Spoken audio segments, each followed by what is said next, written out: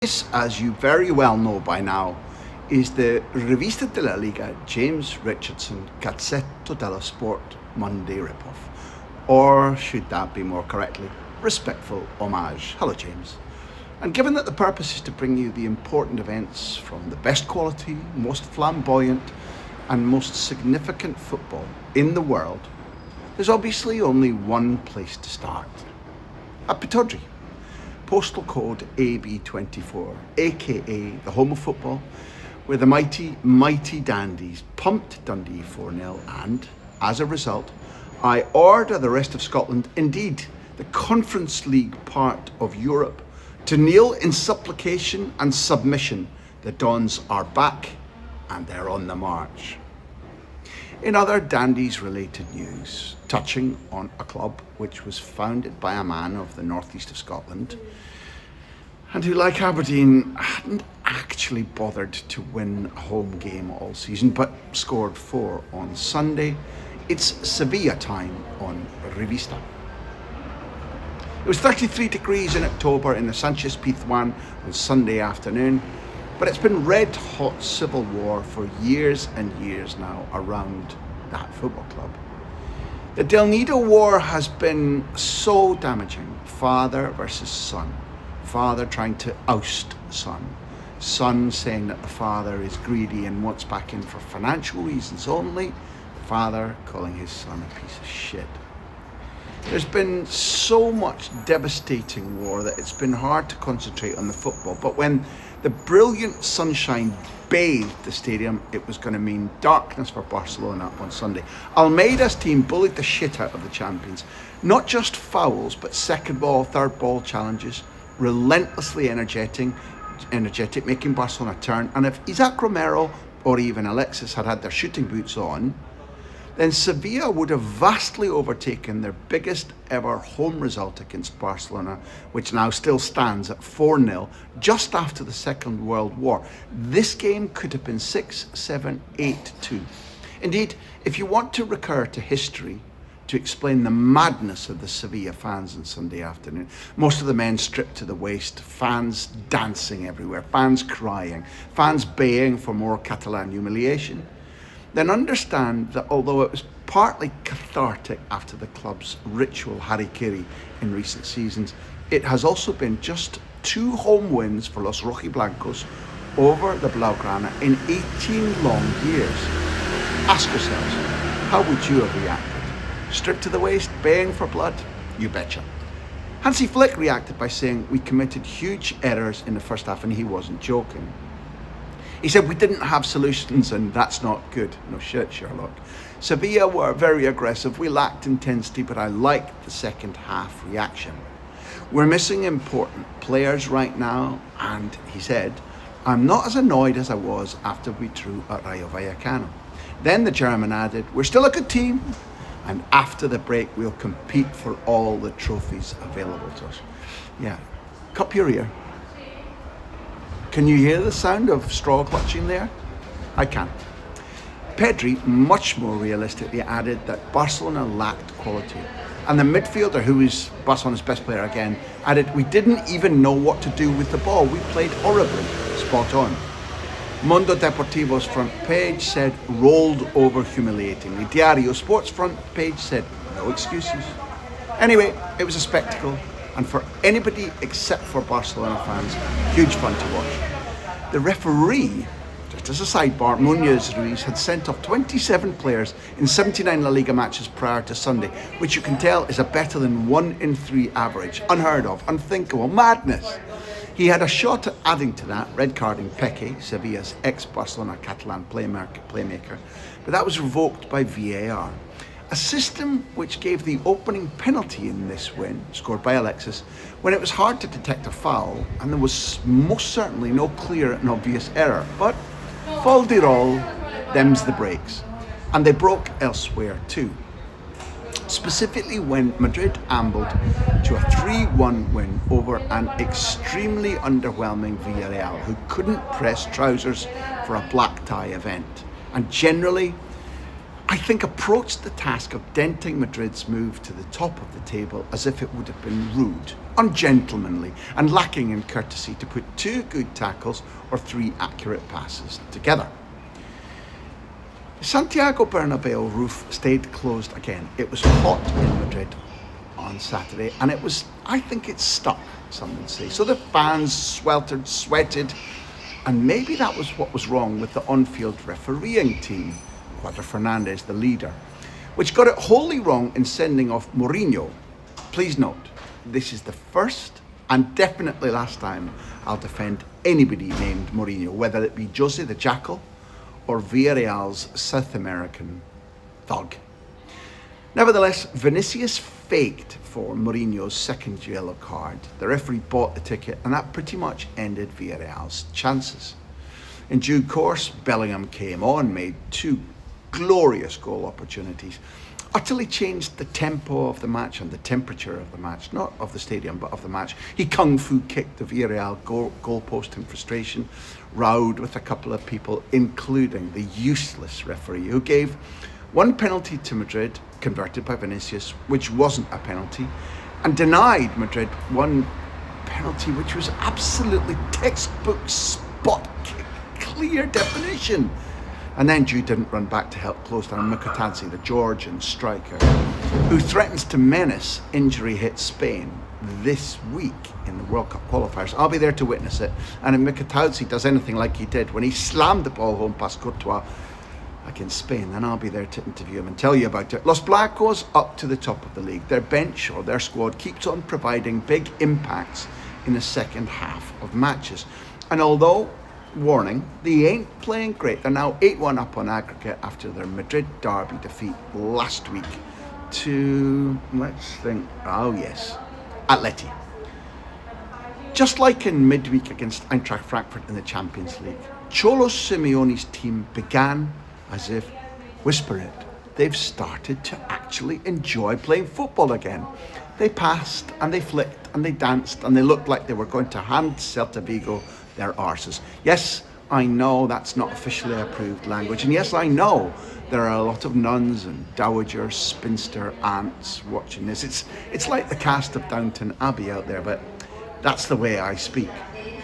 What went wrong was when Atleti were tails up and being pumped, they didn't tuck away goal after goal after goal, and eventually Longley was red carded for the tiniest little tug on a Celta player's jersey and sent off.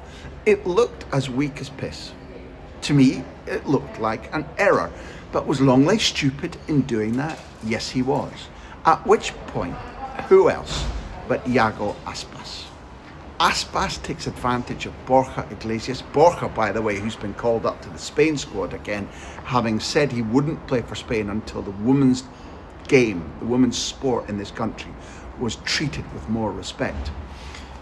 Called up for Spain, created the chance which Aspas, at I think 72 years old, equaled the all-time appearance record for the club he loves, scored the equaliser, and then by the end, Celta went and made love to their fans. It was mutually reciprocated. It was tantric and Kama Sutra on the pitch, only for a point, mind you, the 6th, count 'em, the 6th time Celta have drawn 1-1 this season alone.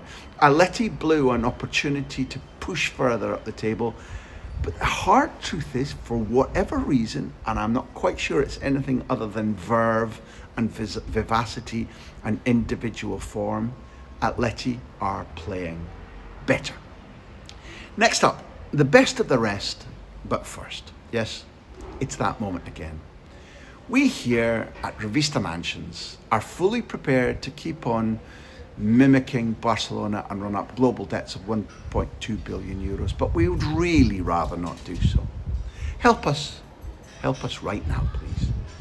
This Monday Revista Gazzetta dello Sport homage will always be free to you. We love having you there. We've got several thousand subscribers, but everything we do here, my post-match videos from stadiums around Spain, my live videos after big matches where you guys can ask the questions, and my weekend preview podcast with Pete Jensen, and soon with Jamie Easton, that's all for socios, members of Revista de la Liga, who keep us alive financially. Like, for example, the live Substack for members that Pete and I will do from impending games, including the Spain matches coming up imminently. We need you to get behind us, and there are 2 ways to join. It's dead simple. Do it now. A monthly membership is £3.99. But if you get the annual pass, you save yourself about 14 quid, and you're good each week. Lots of content all the way through to the World Cup, where I'll be covering Spain, I hope. So please become a socio right now. Get access to everything. The link is in the description. You know what to do. You know you can do it. I'll be there for you. Will you be there for us? Now let's take a look at Betis. Betis have a manager in Manuel Pellegrini who set records like Aspas. Nobody's coached more games than the Chilean. Nobody's taken Betis to a European final like the Chilean has done.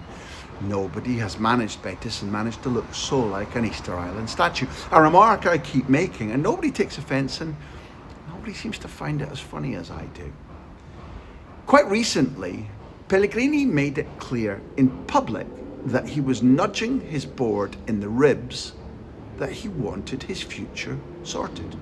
The contract, which ends at the end of this season, hasn't been renewed, and it's patently an issue that's not moving quickly enough for Pellegrini. Yet, while they're waiting for action, and while there's some doubt, and believe me, it's a blink of an eye ago that there was huge doubt whether Betis would escape from the visit of Nottingham Forest without taking a 6 or 7 goal pasting. But it was 2-2 in the end, and they've gone out and kept on playing well, in fact better and better since then. They went to a very noisy, very full Cornellà Stadium to play Manolo Jiménez's Espanyol. Were losing and fought back. They fought back beautifully. Fornals, hello West Ham fans, hello Villarreal fans. Fornals, who's not in the Spain squad, is playing some of the football of his life. And at the moment, Betis can do no wrong. They won 2-1 up in Catalonia against Espanyol. And at the end, when there was a Polozano penalty, Pau Lopez, ex-Espanyol, made a save and then did a big gesture with his ears to the fans, who maybe had been abusing him throughout the game. We can't know that for sure. They were. And although he enjoyed mocking them and was mobbed by his teammates, the closest thing that will ever come to injuring a goalkeeper, saves a penalty, and the thanks he gets is a pile-on where he's at the bottom of 15 or 16 bodies. Subs ran on. There was dancing and celebrating and jumping, and the fans whistled and cheered Pau Lopez, but he saved the penalty. Betis left Barcelona with a 2-1 win. Espanyol were left licking the wounds. And Edu Exposito afterwards, the Espanyol midfielder, said, Pau should remember where his daily bread, an expression which gets used a lot in Spain, used to come from. That's you told off, son. Elsewhere, Athletic scraped through a win against Mallorca. Real Sociedad have got a real problem. A beautiful inclusion afternoon at the Anoeta, where men and women, boys and girls of various physical or mental disabilities walked on, helped the kick-off, danced, had a beautiful afternoon, felt as proud of themselves as probably they ever have in their lives.